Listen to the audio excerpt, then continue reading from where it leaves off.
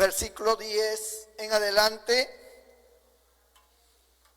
Doy lectura con la bendición del Padre, del Hijo y del Espíritu Santo. Entonces el sacerdote Amasías de Betel envió a decir a Jeroboam, rey de Israel: Amós se ha levantado contra ti en medio de la casa de Israel. La tierra no puede sufrir todas sus palabras. Porque así ha dicho Amós: Jeroboam morirá a espada, e Israel será llevado de su tierra en cautiverio.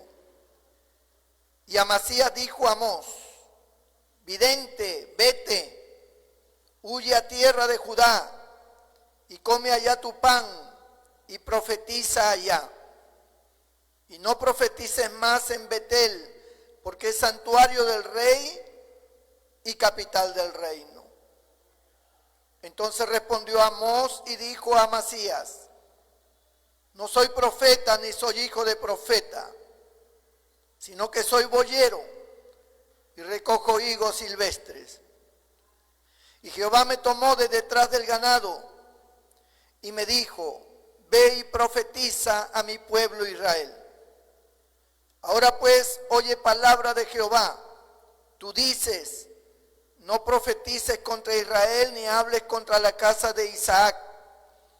Por tanto, así ha dicho Jehová: Tu mujer será ramera en medio de la ciudad, y tus hijos y tus hijas caerán a espada, y tu tierra será repartida por suertes, y tú morirás en tierra inmunda, e Israel será llevado cautivo, lejos de su tierra. El Señor bendiga su palabra. Pueden sentarse sin dejar de bendecir al Señor. Gloria a Jesucristo. Gloria a Dios.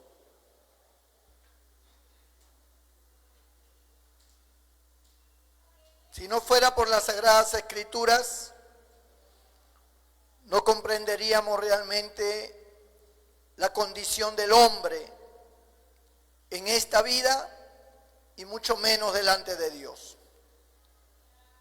Pero Dios es un Dios de propósito, es un Dios de orden, es un Dios que le gusta que las cosas se hagan como Él ordena. Y Dios sabe que los hombres sin Él, sin Dios, no son nada. Van de más a menos. En Israel, que fue el pueblo que Dios escogió, y que en este tiempo del profeta Amós estaba dividido. Israel tenía dos tribus separadas de las demás tribus. Judá y Benjamín eran dos tribus aparte que se habían establecido como un reino. Eran un reino del cual Dios también levantó reyes y profetas. Y ambos reinos iban paralelos, con sus mismas condiciones. Dios había puesto tres personajes importantes en cada uno de estos reinos. Dios había puesto un rey, que era el que dirigía al pueblo en todo lo relacionado con lo político y lo civil. Dios había colocado un sacerdote, que era el que ministraba las cosas de Dios y llevaba al pueblo a la búsqueda de Dios. Pero también Dios había establecido profetas. Estos no vivían en el pueblo, no eran parte del pueblo en sí. Aparecían solamente cuando Dios les daba un mensaje, sea para el pueblo, sea para el rey, o para cosas que iban a venir en el mundo. Y es en estas circunstancias en que aparece Amós. Amós pertenecía a las dos tribus del sur, a Judá y Benjamín. Amós vivía en esa tierra de Judá. Pero Dios lo envía no a Judá a profetizar, sino a Israel, a las 10 tribus del norte. Dios lo envía con un mensaje muy duro. Pactos o se había relacionado de alguna manera. Y esto hizo que el profeta Amós trajera una palabra de Dios contra todas estas naciones. Si leemos los primeros capítulos, dice: por 3 pecados del pueblo tal y el cuarto no será revocado. Cuando dice por 3 pecados es porque era una forma de decir que Dios había dado varias oportunidades aún a estos pueblos paganos. Pero sin embargo, Dios ahora venía con una palabra que hablaba de destrucción, que hablaba de palacios quemados, de casas caídas, de muerte de mucha gente. Y Amós era el encargado de dar esa palabra. Luego Amós le habla al rey de Israel, que en ese tiempo era Jeroboam. Y Jeroboam fue un hombre escogido por Dios para dirigir a Israel, pero Jeroboam hizo lo malo ante los ojos de Dios y llevó a Israel hacia pecados horribles como la idolatría. Él introdujo la idolatría dentro de Israel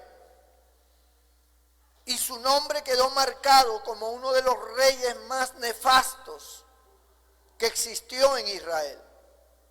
A él fue dirigida una palabra de juicio de parte de Amós y también a todo Israel.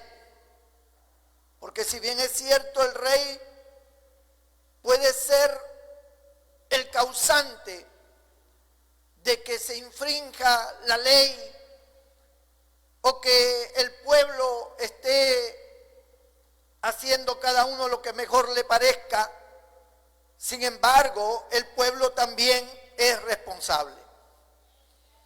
Porque el pueblo tiene una relación de manera individual con Dios. Yo he escuchado a muchos creyentes especialmente decir: me salí de la iglesia, me fui al mundo, porque yo vi cosas en la iglesia, porque yo vi a los hermanos, porque yo vi al pastor, porque esto. O sea, es injustificable su proceder de apartarse de Dios porque vio a alguien hacer algo. Es responsable de mantener su comunión con Dios. La Biblia dice que cada uno de nosotros dará a Dios cuenta de sí mismo. ¡Gloria a Dios! Y esto era la razón por la cual Dios trajo palabra de juicio a Israel. Según el capítulo 1 de Amós, nos dice que algo iba a ocurrir 2 años después de que Amós apareciera. Dice el verso 1, las palabras de Amós, que fue uno de los pastores de Tecoa, que profetizó acerca de Israel en días de Usías, rey de Judá, y en días de Jeroboam, hijo de Joás, rey de Israel, 2 años antes del terremoto. Cuando nosotros seguimos leyendo y vemos los juicios contra las naciones, donde se habla de que sus palacios caerán, arderán, sus casas, la gente morirá, es muy posible que se debiera a este gran terremoto de gran magnitud que cayó sobre el mundo y que estos pueblos, a través de estos efectos naturales, telúricos, sufrió gran pérdida y muchas muertes. A veces Dios enviaba juicios a través de plagas o a través de sequías que producían una gran hambruna. o a través de ejércitos enemigos que invadían y asolaban las ciudades y se llevaban cautiva a la gente, pero también a través de grandes terremotos. Terremotos como los que nosotros en nuestra época actual, algunos hemos vivido y otros han conocido en otros países que ha sucedido esto. Terremotos que han traído muertes por miles, donde las casas se han derrumbado, edificios se han derrumbado, puentes han caído con carros y todo, el mar se ha embravecido, ha aparecido tsunamis, se ha salido el mar de su línea, de sus límites, y ha generado mucha mortandad. Es una especie de juicio, es una especie de demostrar que Dios está irado contra las naciones, está irado contra los pueblos, contra la gente, a causa de la maldad, a causa del libertinaje, a causa del pecado, a causa de la indiferencia con Dios, a causa de la idolatría, de la brujería, de la hechicería, de la infidelidad, etcétera, etcétera.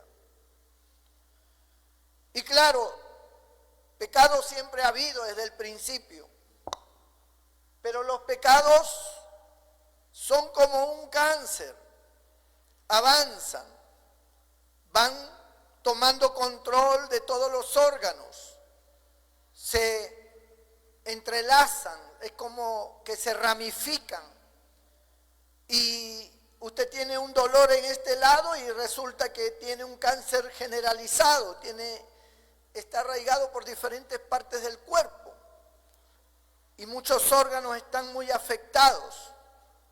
Así es el pecado. El pecado puede ser cometido por ciertas personas, pero cuando se generaliza, se produce como un cáncer, que su hedor sube a la presencia de Dios. Así fue con Sodoma y Gomorra. Sodoma y Gomorra eran dos ciudades vecinas. Cada una tenía sus propias autoridades, cada una de ellas tenía su estilo de vida y comerciaban, trabajaban, estudiaban, hacían todo lo que en un pueblo tienen que hacer para desarrollarse y subsistir. Pero paralelo con esta vida, que es la responsabilidad de todos, estaban los hombres que pecaban. Y el pecado fue avanzando a tal grado que se introdujo en las familias y afectó a los hijos, afectó a los niños. Y estos crecieron con un corazón lleno de maldad, de perversión. Y cuando se dieron cuenta, toda la ciudad de Sodoma y toda la ciudad de Gomorra estaban contaminados, estaban en una situación muy pervertida, de lo cual Dios decidió el fin de estas ciudades. Hay una cosa que yo considero en las Escrituras, y es que por lo general, cuando Dios envía juicios, sea a una persona, sea a una familia, sea a un pueblo, a una nación o al mundo entero, es porque los niños han sido afectados en gran manera. Para Dios, los niños son muy valiosos, porque en ellos hay todo un futuro de generaciones. Cuando los niños son afectados por ideologías, por malos testimonios, por abandono, por muertes, entonces Dios desata su ira.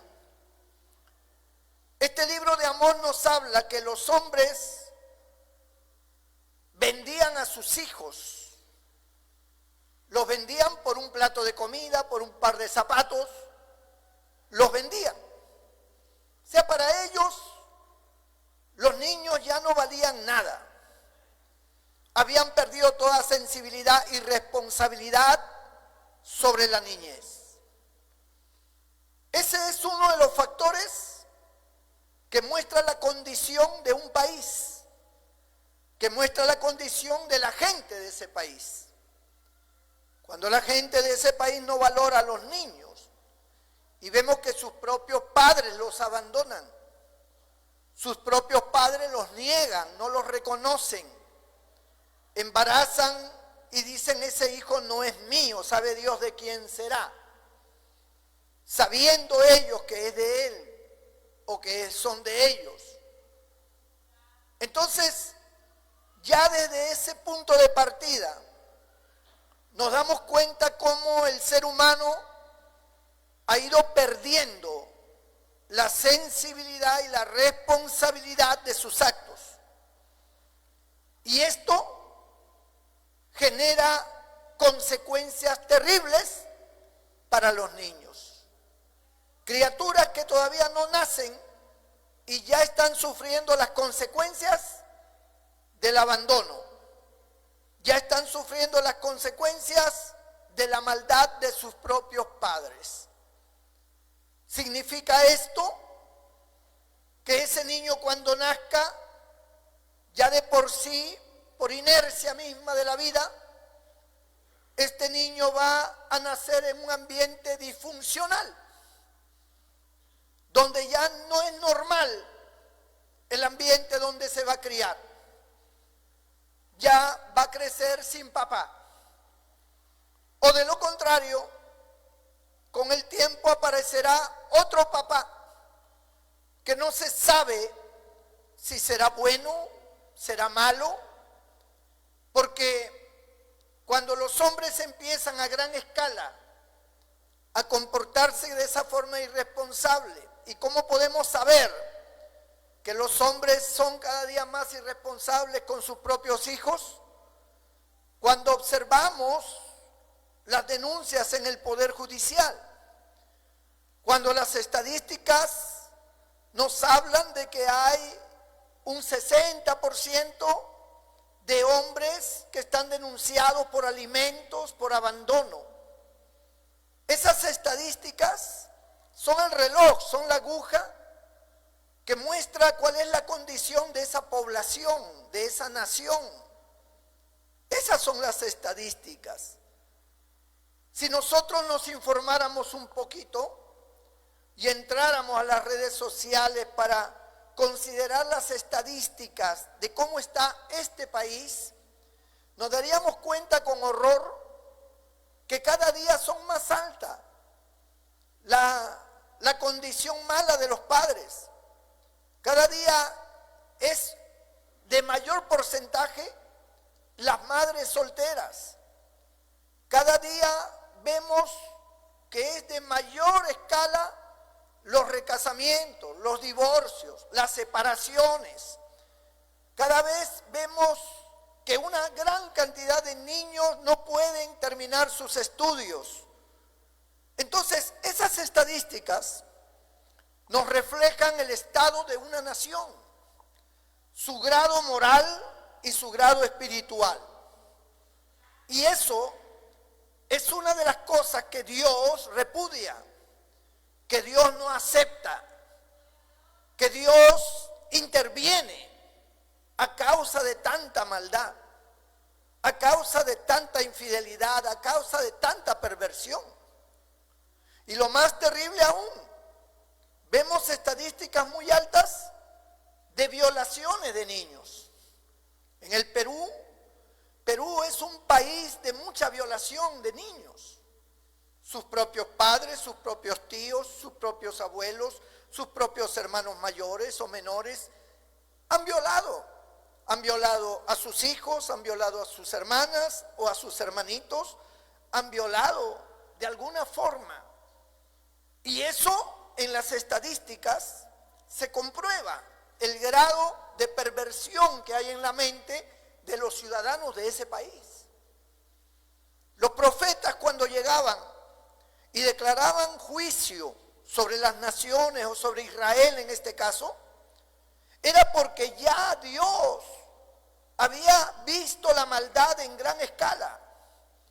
Era porque a pesar de que Dios había intervenido, tratando de manera personal con las autoridades y con el mismo pueblo, para que buscasen a Dios, para que se arrepintiesen de sus pecados, ellos no hacían caso. Ellos le daban la espalda a Dios. Ellos no obedecían al mandato, ellos no se sujetaban a la ley, violaban la ley. No les importaba nada. Cada uno hacía lo que mejor le parecía. Hoy han surgido hasta grupos, sistemas con ideologías diferentes. El feminismo por un lado, el machismo por otro lado. Gente liberal, gente que practica la homosexualidad, hombres con hombres, mujeres con mujeres. Gente que no le importa nada, gente que se quieren casar entre hombres y quieren adoptar niños para conducirlos a su misma condición depravada en que viven. Todo esto es un crecimiento que ya no solamente se ve en algún foco infeccioso de algún país, se ha generalizado. El mundo tiene esta condición en este momento. Las redes sociales son una gran bendición cuando se apunta hacia la información, pero las redes sociales han sido las puertas que se han abierto para que ideologías, sistemas, formas de pensamiento invadan todos los rincones del mundo, entren a todos los países. Perú, por ejemplo, hace una década atrás, hace 20 años atrás, Perú era más conservador. El peruano todavía tenía cierto recato de ciertas cosas, rechazaba ciertas cosas. Pero han pasado los años y vemos ahora un pueblo peruano liberal. Un pueblo peruano que se ha contagiado, se ha contaminado con las culturas y políticas y estados de vida de otras naciones que están en un grado paupérrimo de vida, en una decadencia moral. Y esto ha penetrado, y ha penetrado especialmente en la niñez, en la juventud. Y toda esa rebeldía, y toda esa maldad, y toda esa forma de vida liberal ha tomado control de los corazones de millones y millones de jóvenes, de adultos y de niños. Y una vez más vamos a las estadísticas de cuál es la condición de la juventud y vemos una juventud libertina, irrespetuosa, una juventud desorientada que no sabe lo que quiere, que le importa poco ser alguien en la vida. Todos quieren vivir la vida loca. Por eso que ahora en las fiestas se ha introducido también la hora loca. ¿Y cuál es la hora loca? Un demonio parado en zancos, bailando y haciendo cosas raras y con luces semioscuras, con una serie de gritos y de cosas que reflejan una preferencia de parte de la gente ahora. Antes, puedo decir que las fiestas eran un poco más responsables. Había más pudor aún en las fiestas. Nuestros mayores, nuestros abuelos, nuestros padres, tenían fiestas que, si bien es cierto, generaban consecuencias en muchas de las cosas, pero no había esa depravación, ese libertinaje como ahora se encuentra. Es más, las canciones que se cantaban eran canciones que tenían argumentos. Eran canciones dirigidas al amor, eran canciones que tenían romance, que tenían una letra que cautivaba. Hoy todo eso ha desaparecido. Y hoy han aparecido canciones con letras sumamente sensuales y sexuales. Hoy en día, por ejemplo, las familias, si uno le pregunta, ¿tú verías una película pornográfica con tus hijos sentados? Dirían, no, yo no vería una película pornográfica. Pero sin embargo, sí le permiten a sus hijos escuchar y cantar canciones pornográficas, canciones con letras que son de sexo y vulgares, donde ellos lo cantan y se mueven con la misma sensualidad, tanto niños como niñas. Aún en los colegios, cuando vienen las graduaciones, cuando vienen las promociones, vemos a nuestros hijos participar, ya no como antes, tal vez de una danza folclórica, que bueno, todavía es pasable porque es una parte de la idiosincrasia de un pueblo que no tenía mayor situación sexual, simplemente de estética, de folclore. Pero ahora no. Ahora hay canciones donde el tipo de baile es prácticamente relaciones sexuales, el hombre con la mujer, con movimiento. Lo único que falta en ese baile es la penetración. Pero después está todo lo que se hace en una cama. Entonces, esto lo vemos incrementarse, lo vemos avanzar, sus contenidos, sus formas, lo vemos crecer y vemos a un pueblo que aún cristiano está como adormecido, como adaptándose a ese estilo de vida. Así fue Sodoma, así fue Gomorra. Se fueron adaptando, se fueron acostumbrando. Es como cuando uno pisa excremento y tal vez usted no se dio cuenta que ha pisado excremento, pero usted siente el olor. Dice, no sé, huele a excremento, ¿qué ha pasado? No sé, siento un olor feo. La gente que se te acerca dice, oye, huele a excremento. No, sí, no sé, hermano. Pero van pasando los minutos, van pasando las horas y después ya no sientes nada. Pero el excremento sigue ahí y el olor a excremento sigue ahí, pero tú ya no lo hueles. Porque es como que tu olfato se adaptó a esa forma. En la ciudad de Chimbote, por ejemplo, no sé ahora, pero antes, el olor a pescado era fuertísimo por las mismas fábricas e industrias de pescado, de atunes y de muchas cosas que hacían, y que ese humo anaranjado que salía, que invadía toda la población, era un humo contaminante por el olor. De tal manera que cuando uno entraba a Chimbote, si estabas dormido te despertabas por el olor y dices, estoy en Chimbote, por el olor. El olor era característico. Yo viví 4 años en Chimbote. Y al principio para mí era fuerte el olor y después ya no lo sentía.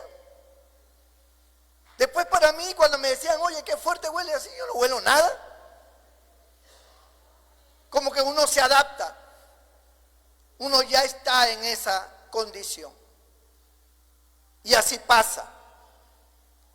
Uno se va adaptando a las formas, a los sistemas, a lo que el pueblo quiere, a lo que el mundo hace, y uno se va adaptando.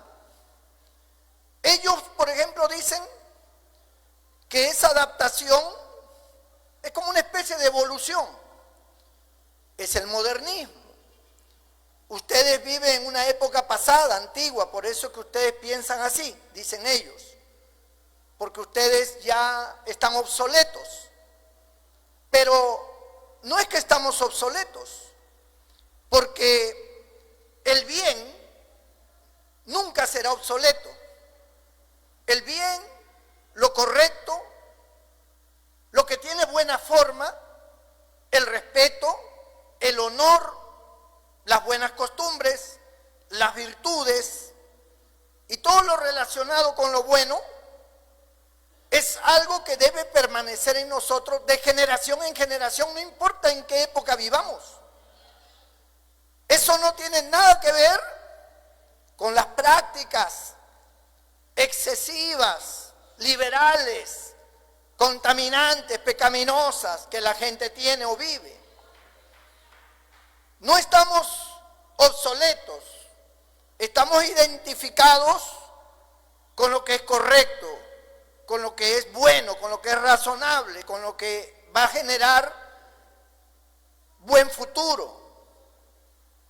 Los que están obsoletos son ellos, porque ellos se han ido degradando, ellos han ido destruyendo valores, han ido contaminando, a tal grado que en los mismos gobiernos, ministros o ministras de educación han introducido libros con cuentos para los niños de orden sexual,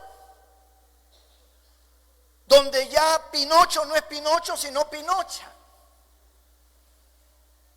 y donde el lobo ya no es el lobo feroz, ahora es la Caperucita feroz que se traga al lobo. O sea, han ido distorsionando todo porque la mentalidad, la forma de pensar totalmente alejada de Dios, totalmente alejada de lo bueno, del estilo conservador, se ha ido perdiendo. Y el olor del pecado ha ido acostumbrando a la gente a esa manera de vivir. Y todo esto, a lo único que nos ha llevado es a tener nuevas generaciones totalmente destruidas en sus conceptos, en sus razonamientos. Se ha perdido el respeto, ya no existe la autoridad. Ahora los niños, los jovencitos, los adolescentes son los que tienen autoridad y control.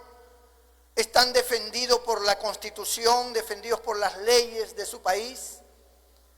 Y cualquier cosa pueden hasta denunciar a sus propios padres.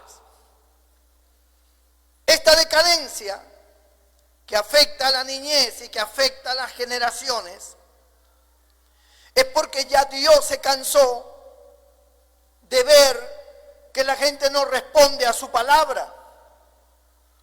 Dios, habiendo hablado de muchas maneras, dice en el libro de Hebreos, en otros tiempos por los profetas, hoy nos ha hablado por su amado Hijo, a quien constituyó heredero de todo. Y la palabra de Dios sale por toda vía de comunicación. Hay palabras buenas, hay hombres de Dios, como hay palabras malas también, y hay hombres que no son de Dios. Pero dentro de toda esa mezcolanza que está camuflada para desorientar y confundir, porque el diablo se disfraza de ángel de luz para confundir y deteriorar las mentes, pues encontramos en las redes sociales predicaciones que son herejías completas, que son sensuales. Pero hay hombres de Dios, hay mujeres de Dios, hay palabra de Dios que sale de los labios de ellos y que sale para el mundo entero. Bendito sea el nombre del Señor. Y en las congregaciones hay personas que aman a Dios, sirven a Dios, y hay hombres de Dios que les enseñan la palabra, y la gente parece que no estuviera escuchando. La gente parece que no asimilara lo que oyen. Como que la palabra de Dios en un momento te hace pensar, pero cuando tú sales de aquí, vuelves a tu cerebro totalmente atrofiado otra vez. Y otra vez ingresas a tu mundo de perversión y de pecado. Y no hay un cambio, no hay una búsqueda. Entonces tu familia está sufriendo las consecuencias. Muchos de ustedes que están acá, que no tienen a sus hijos allá en las aulas de la escuela dominical, muchos de ustedes tienen nietos, tienen hijos e hijas que no están buscando a Dios, que están rebeldes, adolescentes rebeldes, jovencitos rebeldes, que no quieren para nada hacer la voluntad de Dios, que están viviendo su mundo. Mientras usted está en la iglesia, ellos no se sabe lo que estarán haciendo. muchos de ellos ya están probando la droga, muchas de ellas ya están con uno y otro enamorado que en relaciones sexuales. La mayoría de las jovencitas ya han perdido su virginidad. Las estadísticas así lo demuestran. Y los abortos, las estadísticas dan un alcance muy alto de abortos de jovencitas que han tenido relaciones y por alguna razón pues salieron embarazadas, ¿no? O sea, no se cuidaron. Y esto de que no se cuidaron también es una frase que nos estamos adaptando a eso, ¿no? A tal grado de que tienes que cuidarte, dicen los padres a sus hijas. Tienes que cuidarte. Y esa palabra cuidarte ya no aplica solamente al hecho de tener cuidado en lo que haces, sino cuidarte también puede significar que cuando tengas relaciones sexuales, pues que use preservativo o tómate una pastilla anticonceptiva. Entonces, al final de cuentas, lo que digan los padres, lo que diga la familia, ya no es tenido en cuenta. Porque al parecer de la modernidad de hoy, de la juventud de hoy, los que pensamos de esa manera estamos obsoletos. Somos retrógradas, anticuados, gente que vive en el pasado, ese es un retrógrada. Uno que vive en el pasado, que no ha salido de ahí, que se ha quedado en los años 20. Pero nosotros ya tenemos otra forma, otro sistema. Antiguamente, por ejemplo, en las empresas como los bancos, los hospitales, las diferentes dependencias donde se trabajaban, se veían gente mayor, gente madura, gente que pasaban pues los 40 años, ¿no? Que eran los que tenían los más altos cargos. Incluso en lo profesional, un profesional pues pasaba los 40 años, era un hombre, un médico, o un ingeniero, un abogado, un juez, pues era gente ya madura, ¿no? Pero hoy todo ha cambiado en ese aspecto. Claro, la ciencia y la tecnología se ha ido perfeccionando, los estudios están más avanzados y ahora usted ve jovencitos que ocupan cargos importantes. Son jovencitos que parece que fuera tu hijo, parece que fuera tu hermano menor. Y sin embargo es el doctor, es el ingeniero, es el arquitecto, es el congresista, es el dueño de una empresa, es el gerente, y son jovencitos que uno muchas veces hasta duda de sus capacidades, ¿no? Pero no es que no tengan capacidades, sí las tienen, porque para eso estudian. Pero a lo que voy es que el mundo ha avanzado con tal fuerza que son los jóvenes los que ahora imperan. Son los jóvenes los que ahora están a la vanguardia. Entonces como que las personas adultas, maduras, que no han logrado objetivos ya van quedando atrás. Ya usted ve que la mayoría de desempleados son los adultos. Antes eran los jóvenes. Antes eran los jóvenes que caminaban con su periódico bajo el brazo buscando un trabajo, presentaban su currículum aquí y por allá, hacían largas colas en las empresas para ver si los aceptaban. Todos eran jóvenes. ¿Y quiénes eran los que estaban a cargo de todas las principales actividades de la industria? Eran los adultos, la gente madura. Pero todo eso ha cambiado. Incluso los choferes eran gente madura, ahora son jovencitos. Entonces, los jóvenes han tomado la delantera, y bien por ello que hayan tomado la delantera, pero el problema es sus conceptos, su manera de pensar, su vida, su línea ideológica. Ese es el problema. Y como son jóvenes, no tienen la experiencia de la vida, ellos se ajustan a sus pensamientos, a sus estudios, a sus conceptos, a sus ideologías. Y por eso tenemos la ideología de género. Y por eso tenemos un montón de ideologías y filosofías, muchos de ellos ateístas totalmente, que no se sujetan para nada a las cosas de Dios. Ven las cosas de Dios como una cuestión que no sirve, como algo que está muy dudoso, no convence. Ahora hay que entrar a la vanguardia de lo que es el modernismo, con toda su tecnología, con toda su ciencia, con todas sus capacidades, porque eso es lo que prima ahora, eso es lo que da dinero, eso es lo que da posición social, eso es lo que hace de un país desarrollado, eso es lo que hay que tener y eso es lo que hay que buscar. Perfeccionarse, actualizarse y ser parte de una sociedad en ese sentido. Las cosas espirituales van perdiendo valor porque el mundo tecnológico, científico, va minando y va llenando cada día más y más el corazón de los jóvenes. Y le van perdiendo sentido a las cosas espirituales. Dios viene a hacer algo que tal vez por inclinación de sus padres, porque sus padres fueron o son cristianos, porque algunos murieron, y tal vez tu padre fue cristiano, tu madre fue cristiana, te inculcó las cosas de Dios, te llevó a la iglesia de niño y todavía guardas cierto respeto, cierta consideración a la Biblia, a las cosas de Dios. Pero ¿qué hay de esos jóvenes que nunca fueron a una iglesia?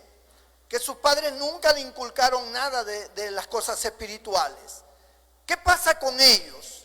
Para ellos la Biblia viene a ser un libro más, es como el libro Coquito, o es como una fábula, un cuento de Caperucita Roja. Para ellos la Biblia no significa nada, es simplemente un libro más. Hace años atrás, recuerdo, fui invitado a la Universidad Pedro Ruiz Gallo, acá en Chiclayo, a una de las aulas de un grupo de alumnos que estudiaban Derecho. Y ellos querían desarrollar sobre religión, ¿no? Ellos querían desarrollar ese tema. Era religión y otra cosa más, no recuerdo. Entonces invitaron a un sacerdote católico, invitaron a un sociólogo y me invitaron a mí. En ese tiempo yo tenía un programa televisivo y me conocían por eso. Entonces me llevaron y cada uno expuso. El sacerdote expuso su punto de vista sobre el tema de la religión. El sociólogo también habló de su punto de vista filosófico y yo declaré también de acuerdo a como yo entiendo en las Escrituras. Terminamos y ellos ni siquiera habían tomado en cuenta lo que habíamos dicho, ni había entrado en debate, ni había entrado en análisis. Ellos ya tenían un resultado hecho ya. O sea, cuando terminamos de exponer, el profesor dice, bueno, ¿y tienen un resultado? Sí, tenemos un resultado. Que era un resultado que no tenía pie ni cabeza, que no estaba dentro del contexto de lo que se había declarado en ese ambiente, en esa aula. Y entonces yo dije, profesor, pero yo no entiendo. Nosotros hemos sido invitados acá para hablar acerca de religión y se supone que debe haber un resultado en base a lo que hemos hablado, en base a lo que hemos declarado. Pero ustedes ya tienen un resultado desde antes que nosotros empezáramos a hablar. ¿Para qué hemos venido entonces? Entonces el profesor quiso cambiar la cosa, pero la realidad es que estaba hecho. ¿Qué es lo que quiero decir con esto? Lo que quiero decir es que a las personas en sí no le interesa debatir estos temas. Estos temas no son importantes para ellos, por eso para ellos cualquier resultado significa lo mismo. Para ellos cualquier resultado es relevante, o sea, porque no les interesa, no hay un análisis, no hay un criterio sobre el mundo espiritual, sobre Dios, cómo estoy yo ante Dios. O sea, eso no significa absolutamente nada. Eso está en la mente de la mayoría de hombres y mujeres, de jóvenes que ya han pasado los 30 años y que tienen esa mentalidad. Ahora los que le siguen, que tienen 15, 17 años, imagínense la mentalidad que tienen, cómo están sus vidas. Y nosotros lo vemos. Nosotros vemos en ellos un abandono total del aspecto espiritual. Lo espiritual para ellos no tiene nada que ver. Por eso es que Dios, cuando le habla a Moisés, le dice: y estas palabras que yo te prescribo hoy, las escribirás en los postes de tu casa, en las paredes de tu casa, en los dinteles de tu casa, en las puertas de tu casa. Bendito el nombre del Señor. Y le dice: se las enseñarás a tus hijos y a los hijos de tus hijos, al acostarte, al levantarte, estando de camino. ¿Por qué Dios estaba tan preocupado? Porque Dios sabía que en Egipto la forma de esclavitud que había y todo el sistema y las circunstancias que lo embargaban a cada uno era una situación que los podía hacer renegar de Dios, que los podía hacer ver como que Dios era un Dios que los había abandonado, como que Dios no estaba allí. Y Dios quería que esa niñez no tuviera ese concepto, que esa niñez supiera que hay un Dios que tiene el control de todo, que Él ha fijado los tiempos para todas las cosas, que Él sabe lo que está haciendo y lo que está armando para salvarlos. Bendito el nombre del Señor. Por eso le dice: enséñales a tus hijos, enséñales mi palabra. Estas cosas grábaselas en el corazón de ellos. Es lo que nos dice ahora a nosotros. Dios nos demanda hablarle de Él a nuestros hijos, hablarle a los niños, hablarle a nuestros nietos, a nuestros sobrinos, enfocarle en la verdad de Dios. Porque el mundo pasa y sus deseos, pero la palabra de Dios permanece para siempre. Ese versículo lo que significa es que en el mundo pueden haber muchos cambios. Hoy se puede establecer una línea de creencia, de forma de ver las cosas, y de aquí a 2 años más adelante ya eso quedó atrás y aparecen nuevas cosas y se producen cambios y esas cosas van pasando. Pero la palabra de Dios no. La palabra de Dios permanece para siempre, es la misma, es igual, tiene el mismo poder, el mismo valor, la misma eficacia. Es una palabra que nos une a Dios. Es una palabra que nos recobra los valores. Es una palabra que nos fuerza hacia la buena voluntad, hacia lo bueno, al camino del bien. Esta palabra es una palabra que sale de la boca de Dios, porque Dios quiere la bendición para la humanidad, no la maldición. El diablo trata de opacar esta palabra. El diablo trata de destruir esta palabra. Y no estoy hablando de que la destruye porque se queman las Biblias o se prohíben las Biblias. Eso es lo de menos. No interesa. Los apóstoles ganaron el mundo de aquel entonces sin tener la Biblia. Ellos no tenían la Biblia como la tenemos nosotros. Ellos no tenían la Biblia y sin embargo la cristiandad creció de una manera tremenda. Porque no se trata de destruirla de esa forma. Se trata de cambiar el enfoque, de crear enfoques que hagan ver como que la Biblia es un libro de fanáticos, es un libro que no sirve, es algo que anticuado. Ahora hay enfoques mejores. Ahora el ilustre filósofo, ahora el ilustre médico, el ilustre tal y fulano de tal, el sociólogo tal, ha declarado tal cosa, ha escrito libros, ha hecho esto, da conferencias por acá, viaja por el mundo entero, tiene el premio Nobel y etcétera, etcétera. Se le da una credibilidad a sus escritos, a sus palabras, como si fuera un dechado de la verdad. Y cuando alguien quiere establecer principios divinos, son mirados como lo peor, como ignorantes. Se burlan, se ríen, se mofan. Son unos ignorantes. Esos evangélicos son unos ignorantes. Acá en la iglesia tenemos gente de todos los niveles. Tenemos gente en niveles profesionales diferentes. como también tenemos amas de casa, como tenemos también operarios, como tenemos obreros y mucha gente pobre. Pero sin embargo, todos tenemos una cosa en común. Hemos sido enriquecidos por valores espirituales muy altos que Dios nos ha dado a través de su palabra. ¡Gloria a Dios! Bendito sea el nombre del Señor. Entonces, amados hermanos, cuando Amós llega porque Dios ha visto la corrupción en su máximo estado, en su máximo nivel. Y Dios le dice a Jeroboam: Jeroboam, así dice Jehová, serás destruido, serás llevado cautivo. El pueblo de Israel será llevado cautivo, morarán en tierra extraña. Y todas las naciones con las cuales tú has hecho alianza y te has copiado de la idolatría y de la forma de vida de ellos, también perecerán. Y este terremoto fue una de las razones por las cuales estos pueblos fueron destruidos. Estos terremotos tumbó templos, tumbó casas, tumbó palacios, se abrió la tierra.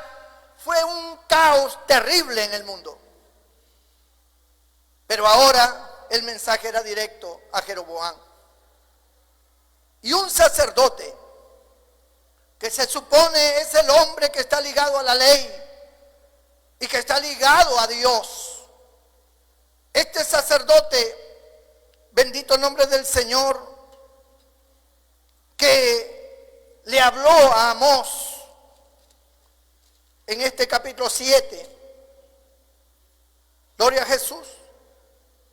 Este sacerdote llamado Amasías interviene y le dice a Amós: oye Amós, ¿qué te pasa? ¿Quién eres tú? ¿Por qué vienes trayendo palabras tan fuertes? ¿Por qué tú vienes contra el rey? El rey tiene su palacio. Acá todos estamos bien. ¿Por qué tú estás actuando de esta manera? ¿Por qué estás hablando estas cosas? Mira, toma los víveres que quieras y come tu pan allá en tu tierra. Vete para tu tierra, vete para Judá. Tú no tienes nada que hacer aquí, tú eres de Judá. Vete para allá. Si eres profeta, vete para allá y profetiza en tu tierra. Aquí no, aquí estamos bien todos. No molestes al rey. No hagas nada, tus palabras son muy fuertes. ¿Qué es eso de destrucción, de ruina, de caos, de que invasión de los enemigos, que vamos a ser cautivos, que el rey va a perecer? ¿Qué es eso? Pero Amós le responde a este sacerdote. Las palabras de este sacerdote no tenía análisis ninguno. Era un hombre que se había acomodado al sistema. Se había acomodado a la forma de vida, estaba contento con esa forma de vida. Él estaba contento con ese rey perverso y pecador. Estaba contento con esa política, estaba contento con toda esa forma de vida y él estaba muy cómodo. A él todo le iba bien. Escuchar a Amós decir eso era una cuestión de dos cosas: tenía que apoyarlo o rechazarlo. Él no iba a apoyar a un hombre que estaba contra su rey y contra el sistema. Así que había que enterrarlo. Había que sacarlo del camino.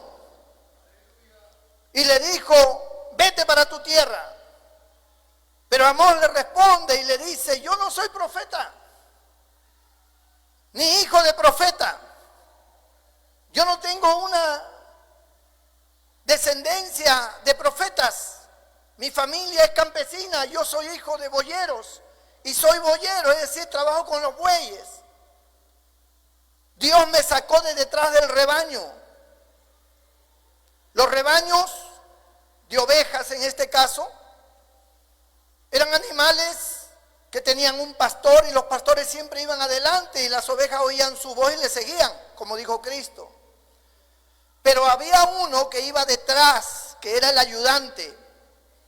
Y cuando él dice: Dios me ha sacado de detrás del ganado, como diciendo: yo no soy nada. A mí Dios me llamó de detrás del ganado, yo no soy importante, yo no tengo ningún conocimiento de nada. A mí Dios me dijo que dijera tales cosas, yo tengo que decirlas. Porque Dios me ha mandado decirlas. Bendito el nombre del Señor. Acá no se trata de currículums, aquí no se trata de profesionalismo, aquí no se trata de buen nivel educativo, aquí no se trata de conocimientos, aquí se trata de tener la dirección divina, tener la voz de Dios en el corazón, tener la palabra de Dios en nuestros labios, hacer la voluntad de Dios, no importa cuál sea nuestra condición. Si somos ricos o pobres, si somos cultos o no, si sabemos leer o no, eso es irrelevante.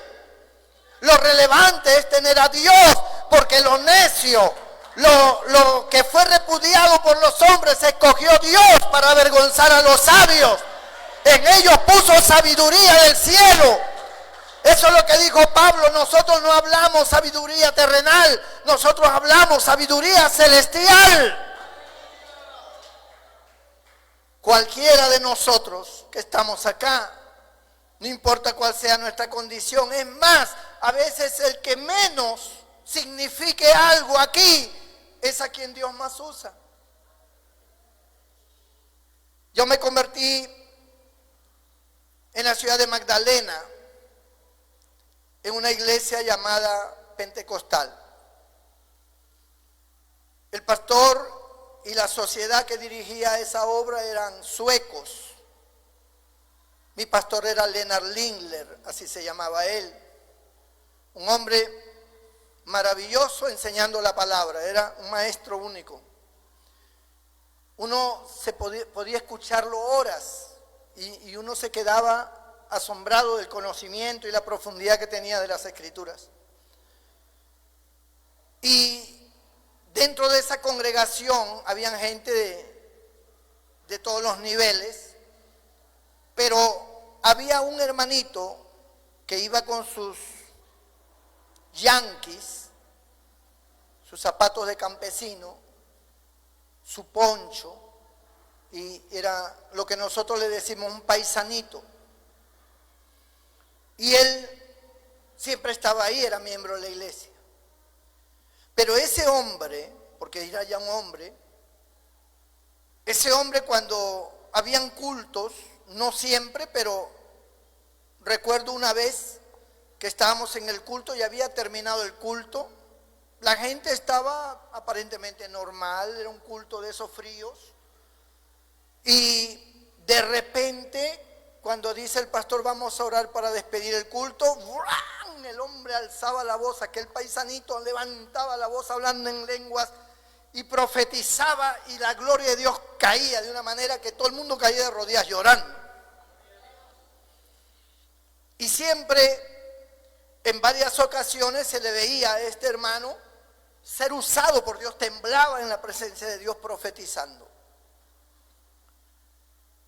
¿Por qué Dios no lo hacía con otros? Porque Dios no escogía al ingeniero, al general, había gente importante. ¿Por qué Dios no los usaba? Porque usaba a una persona tan humilde como este hombre. Porque ese hombre le buscaba. Porque ese hombre ayunaba, oraba, estaba en la presencia de Dios. Y eso marcaba la diferencia, y porque Dios quería demostrar que a Él no le hace falta grados, ni cartones profesionales, ni conocimientos humanos para usar a alguien. Él puede derramar de su espíritu y manifestar su gloria a través del más insignificante hombre o mujer que haya en una congregación. Bendito sea el nombre del Señor. Y no estoy menospreciando ni estoy haciendo a un lado los profesionales que podamos tener. Dios los bendiga por haber alcanzado, y creo que todos queremos que nuestros hijos alcancen esos niveles. Y me parece bien. A lo que yo voy es que ese tipo de conocimientos sirven para esta humanidad, pero no tienen nada que ver con los planes y propósitos de Dios. Dios tiene sus formas de manifestarse. Y Amós lo está demostrando. Amós le está diciendo a este hombre, sacerdote, yo no soy profeta, yo no soy un hombre con un gran ministerio, como en ese tiempo lo tenía, por ejemplo, Isaías, que era un profeta que estaba en ese tiempo de Amós en Israel. Él pertenecía a las 10 tribus del norte. Él decía, yo no tengo un ministerio, yo simplemente estoy hablando lo que Dios me ha dicho que hable. Y eso es todo.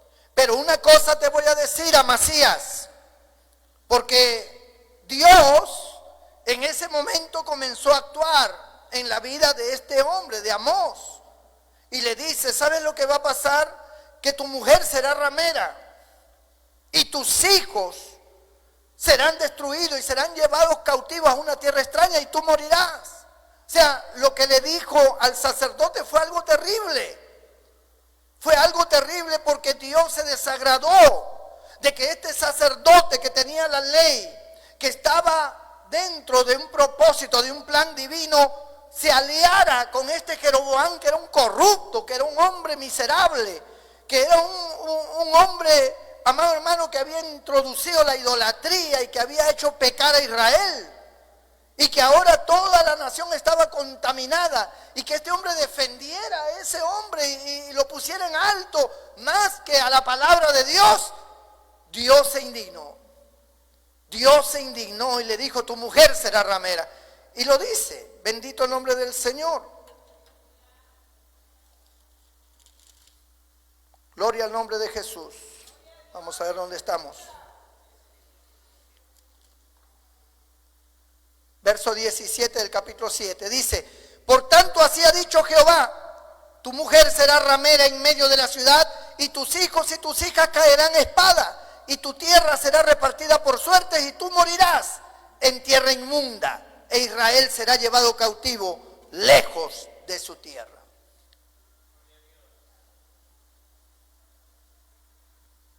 Dios es un Dios de amor y tolerante. Dios habla muchas veces y muchas oportunidades brinda.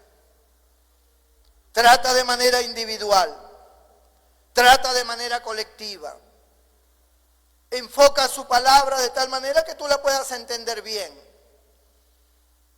Y Dios es un Dios que busca que aquellos a quien Él ha salvado, aquellos a quien Él ha tomado como pueblo, sirvan a Dios. Porque esto, como dijo el sabio Salomón, teme a Dios y guarda sus mandamientos, porque esto es el todo del hombre. Dios es el todo de nosotros. Porque el mundo pasa y sus deseos, pero Dios no. Su palabra permanece. Y Dios es el que tiene nuestro destino en sus manos. No hay cosa más bonita, más hermosa, que estar respaldado por Dios. Aun cuando tú no seas pastor, aun cuando tú seas un hombre de a pie, un creyente, un ciudadano, un padre de familia, un joven que trabaja, que estudia, que te relacionas en las diferentes áreas que te ha tocado vivir. No importa. Lo que importa es que tú camines con Dios. Lo que importa es que Dios esté contigo. Lo que importa es que Dios te separe a ti como algo especial, como lumbrera en medio de estas tinieblas. Que no te contamines igual que los demás que están contaminados. Que seas diferente, que marques la diferencia. Eso es lo que Dios quiere, eso es lo que Dios busca de todos nosotros. ¿Es muy difícil de comprenderlo o es muy difícil de hacerlo? ¿Qué es lo que pasa? Lo que pasa es que somos influenciados. La influencia de los que nos rodean, el círculo en que nos movemos, genera un efecto muy fuerte sobre nosotros. Tus propios conceptos, tu propia manera de pensar te lleva muchas veces al fracaso. Como dice la Escritura en el libro de Proverbios 14:12, hay caminos que al hombre le parece derecho, pero su fin es camino de muerte.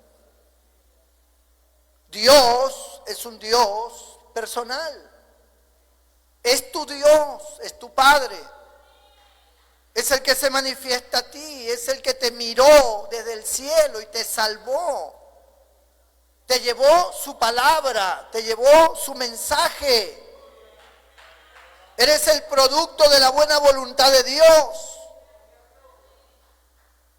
Pero Dios dice, cansado estoy de la indiferencia, de un pueblo que no entiende, un pueblo que no oye, un pueblo que no hace, un pueblo que se está aliando con la gente del mundo, que está metido en las cosas de este mundo, viviendo como el mundo, haciendo y practicando los pecados del mundo. Y yo estoy harto ya de ver eso, porque eso está generando niños sin padres, abortos, muerte de niños inocentes por el pecado de dos jóvenes o por el pecado de dos personas adultas.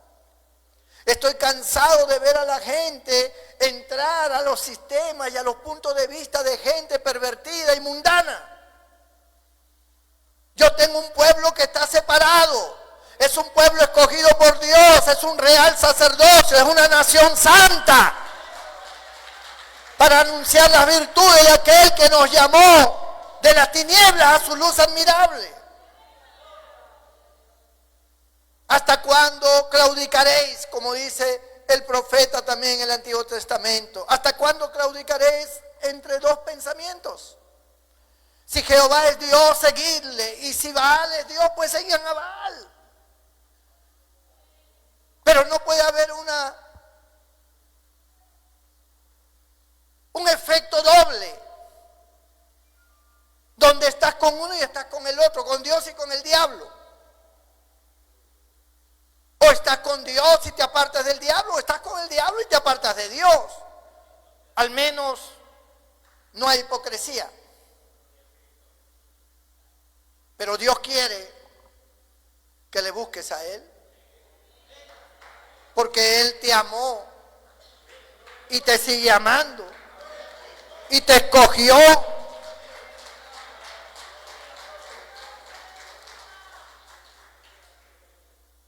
Hay gente que ha perdido su comunión, ha perdido su estrella, esa estrella que antes le acompañaba, que venía de Dios. Hay quienes lo han perdido y ellos saben que lo han perdido. Ellos sienten que no tienen ya esa estrella, esa luz que antes los iluminaba, que antes, cuando ellos oraban, había algo. Cuando ellos oraban había algo especial. Ellos lo sabían y sabían que era Dios. Ellos sabían que en ellos había algo que era divino. Pero ha pasado el tiempo y las circunstancias han cambiado y ese algo ha desaparecido. Ya no lo sienten. Ya no está en ellos. Y no saben cómo recuperarla. Sienten que no pueden recuperarlo porque han avanzado en el camino del mal. Y al avanzar en el camino del mal es como un camino pantanoso donde no puedes salir. No puedes salir. Y esa es la razón por la cual tus glorias pasadas pueden haber sido muy, muy grandes, pero son pasadas. Ya no hay glorias presentes, ya no hay bendiciones presentes. Todo es el pasado. Me acuerdo cuando mi hijita oraba, cómo se sentía la presencia de sí cuando ella era niña. Pero ahora que está grande, ya ni ora. Ya no es aquella niña llena de Dios. Ya no es aquel jovencito que cargaba su Biblia con orgullo y venía a la iglesia y estaba involucrado. Ya no, ahora está con amigos raros, con gente extraña. Su círculo es otro, ya no es el de Dios. y que va a pasar y que va a suceder contigo, que va a venir lo inevitable, las consecuencias que Dios no quiere que vengan, pero vendrán, porque lo que el hombre sembrare también segará, y es inevitable que coseches lo que siembras. El que siembra para la carne, de la carne segará corrupción, dice la Biblia, mas el que siembra para el Espíritu, del Espíritu segará vida eterna. Bendito sea el nombre del Señor. Hoy Dios te hace un llamado. Hoy Dios llama a su pueblo al arrepentimiento. Hoy Dios dice: apartaos, no toquéis lo inmundo, dice el Señor. Salid de en medio de ellos.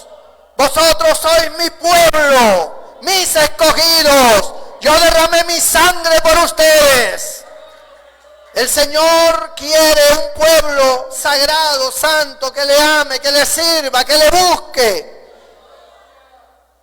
Dios te felicita por tus logros, pero esos logros no están a la par de tu vida espiritual.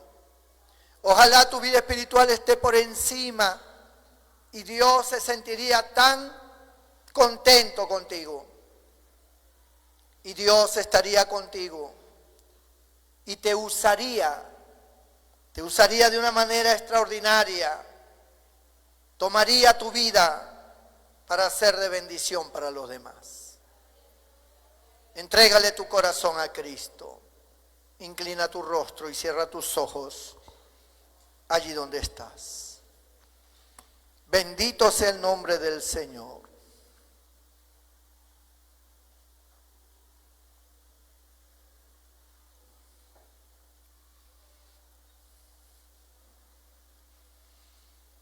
Yo quiero orar por ti. Tal vez haya alguien que diga: pastor, ore por mí. Si tú quieres que haga una oración por ti, yo te invito a que levantes tu mano para orar por ti. Muchas manos se levantan. Hoy es un día de reflexión. Es un día de sinceridad con Dios. Es un día donde tenemos que tomar una decisión y decirle al Señor: Dios mío, perdóname todas las equivocaciones que he tenido, todos mis pecados, todo el ambiente en que estoy. Perdóname. Yo quiero invitar a todos los que han levantado su mano que se pongan de pie. Quiero orar por ti. Y quiero invitarte a que des un paso acá adelante. Cuidado con esa cámara. Ven acá. Quédate de pie, arrodíllate, como tú quieras. Yo quiero orar por ti. Yo quiero pedir a Dios por ti hoy. El mundo va de mal en peor. Tu vida va de mal en peor. Ven a buscar al Señor. Y que el Señor tome el control de tu corazón. Perdóname, Señor, debe ser tus palabras. Perdóname. Lamento mi vida como está. Lamento mis decisiones. Lamento todo lo que he hecho. Perdóname. Ayúdame. Rompe las cadenas, ataduras que me atan. Libérame. Quiero que vengas a mi vida. Quiero que llenes mi vida de ti. Quiero ser ese cristiano que tú quieres. ven a mi corazón, Señor Jesús. Mientras tú se lo dices, toda la iglesia allá atrás se pone de pie. Todos los hermanos se ponen de pie allá atrás. Y vamos a orar por estas vidas con todo nuestro corazón. Ellos han tenido el valor de pasar aquí delante, porque a ellos lo que les interesa es Dios. No les interesa lo que tú pienses. Tú puedes pensar lo que quieras. A ellos lo que les interesa es recuperar su vida espiritual. Y eso Dios lo valora, eso Dios lo ve.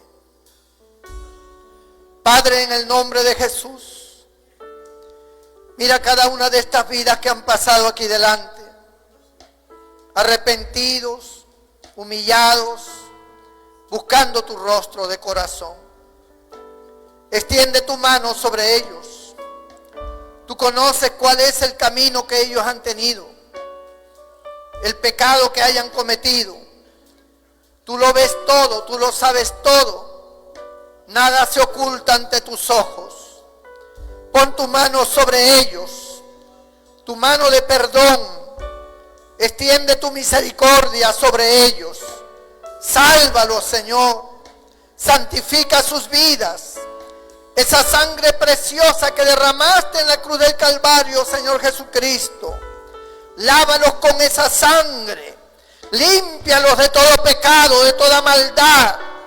Haz de ellos nuevas criaturas. Purifica sus corazones. Levántalos. Dales a ellos una vida victoriosa. Que esa luz tuya refleje en ellos, Señor, vestiduras blancas, limpias y resplandecientes sean puestos en cada uno de ellos. Que ellos te conozcan cada vez más. Que haya una manifestación de tu Espíritu Santo sobre ellos.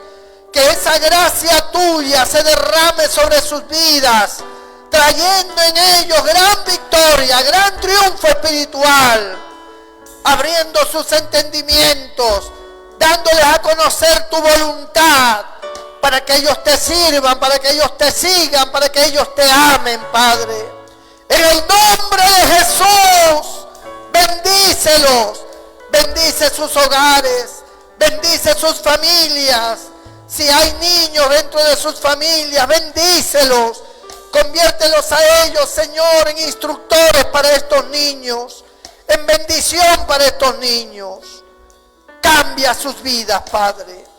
Y si alguno está enfermo, si alguno está con alguna dolencia, un mal toca su cuerpo, quita la enfermedad, quita el mal, quita la llaga, quita el virus, quita la infección, quita el dolor, renueva órganos nuevos, Señor, en cada uno de ellos. Opera sanidades y milagros en el nombre de Cristo. Y tú recibes la gloria, la honra y la alabanza, Padre, en el nombre de Jesús. Amén y amén. Levanta tus manos y dale gracias a Dios. Dile, Señor, gracias. Gracias por tu amor. Gracias por perdonarme.